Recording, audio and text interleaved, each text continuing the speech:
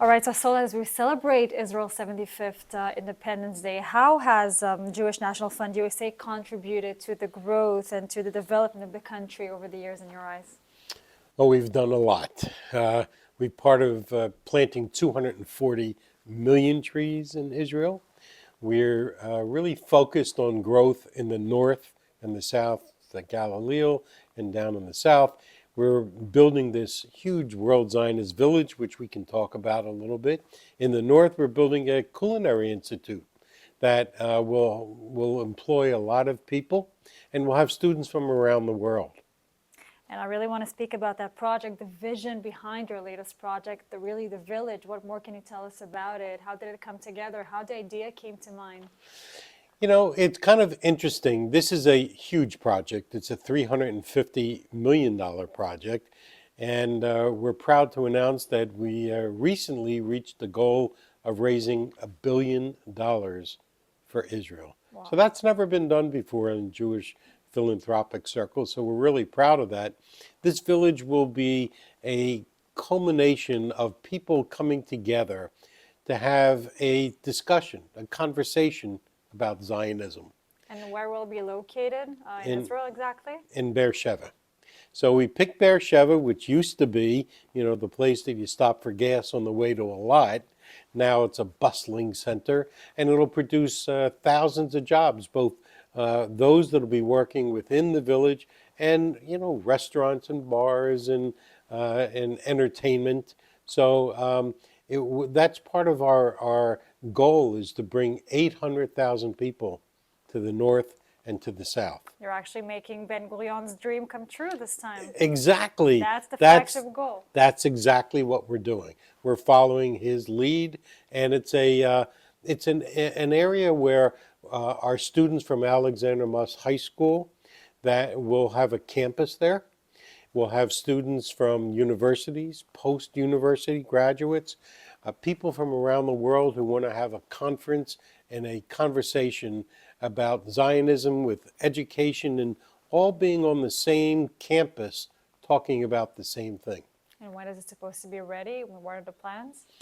Well, the plans, it'll probably be ready in 5 years. It's a big project. So we're going through the different processes now, but the land is all marked out and we're ready to go. So it's for Israel's 80th anniversary, I assume now. Do you see the World Zionist Village as a tool to bring the Jewish diaspora and actually the Israelis closer together? Is that one of the goals? Exactly. The goal is to make this diaspora understand the value and the beauty of Zionism. Zionism is not a political word, and it's not a bad word. It should be used in the right context. So Zionism, you know, prior to the beginning of Israel as our homeland, was the dream of having a homeland. Now Zionism is for the growth and the expansion of what we're proud to have, Israel. And that's what the conversation will be about. And other than actually the village, I assume you have more projects in the Galilee, in the south. I mean, what more can you tell us about those? A lot of projects. So we are unique. Your most exciting ones, your most unique ones. Well, obviously, the World Zionist Village is probably most exciting, and maybe the Culinary Institute is the most unique. But in between, what we do is Jewish National Fund USA is really made up of people that are volunteers. Of course, we have a professional staff, but we have what we call the lay leaders. We call them ambassadors. They're ambassadors to Israel. And what we do is we have these ambassadors come at their own expense. They come to Israel. They speak to the people in the land of Israel, not in the Knesset, on the streets of Beersheba, in the streets up in the Galilee and Akko. And we'll ask them, what do you need? What does your community need? They'll tell us what they need. We'll go back, we'll put together a business plan, and then these communities that we've built in the United States will then go ahead and fundraise for that particular project. So it could be schools, it could be playgrounds. We built a world-class indoor swimming pool in the South because that's what they needed.